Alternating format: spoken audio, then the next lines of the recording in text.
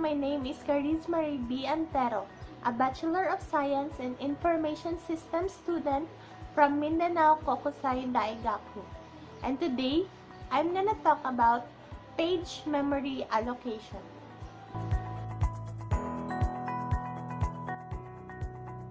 Page memory allocation is based on the concept of dividing each incoming job into pages of equal sizes.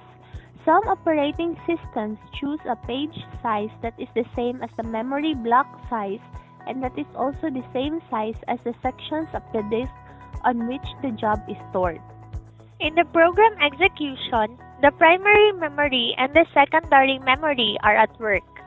Assuming that we have three different kinds of programs, namely P1, P2, and P3.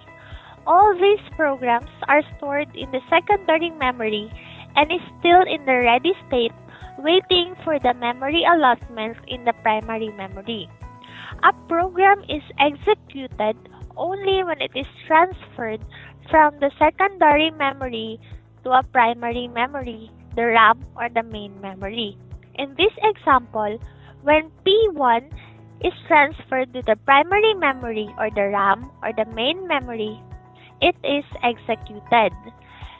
And these programs, if loaded in the primary memory, their execution is known as processes. In the page memory allocation, the secondary memory is divided into equal number of fragments or uniform blocks which have equal sizes called pages. The primary memory is also divided into equal number of fragments called frames. The size of the frame should be equal to the size of the page. So, if we assume that each frame is 1 kilobyte in size, the pages should also be 1 kilobyte in size. In order to fully understand page memory allocation, here is a visual representation of how it works. Assuming that program P1 is already running and is occupying 2 kilobytes of memory in the main memory. Then, the user wants to open another program which is P2 that needs 3 kilobyte memory allotment in the primary memory. What paging basically does is the physical division of memory. So, it divides the 3 kilobyte memory into equal number of fragments called pages and allots the same size of frames for it in the primary memory, thus causing the program to run. The primary advantage of page memory allocation is that main memory is used more efficiently because an empty page frame can be used by any page of any job. Here is another example for page memory allocation. In this scenario, job 1 has a total of 350 bytes of memory and needs the same amount of memory in the main memory in order for it to run. Each frame and page takes up 100 bytes of memory each. Since job 1 needs a total of 350 bytes of memory in the main memory, it takes up 4 page frames with 100 bytes each to accommodate the 350 bytes of memory. Since job 1 is only taking up 4 frames from the main memory, there are still 7 frames left that can still accommodate jobs that vary in size from 1 to 700 bytes and can be stored in the 7 empty frames.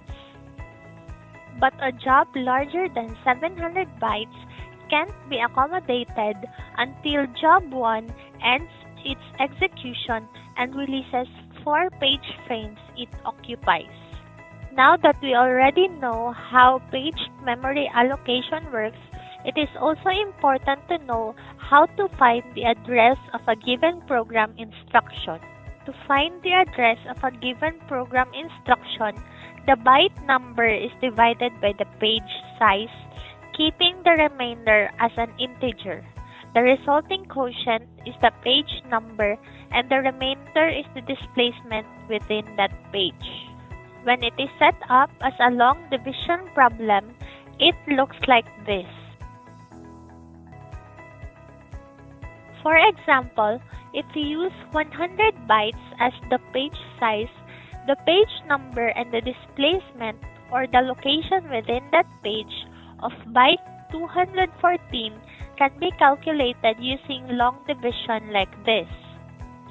214 divided by 100 is 2 remainder 14. The quotient 2 is the page number and the remainder 14 is the displacement. So the byte 214 is located on page 2, 15 lines from the top of the page. The byte is located 15 lines from the top of the page, not 14 lines, because page numbers starts with 0.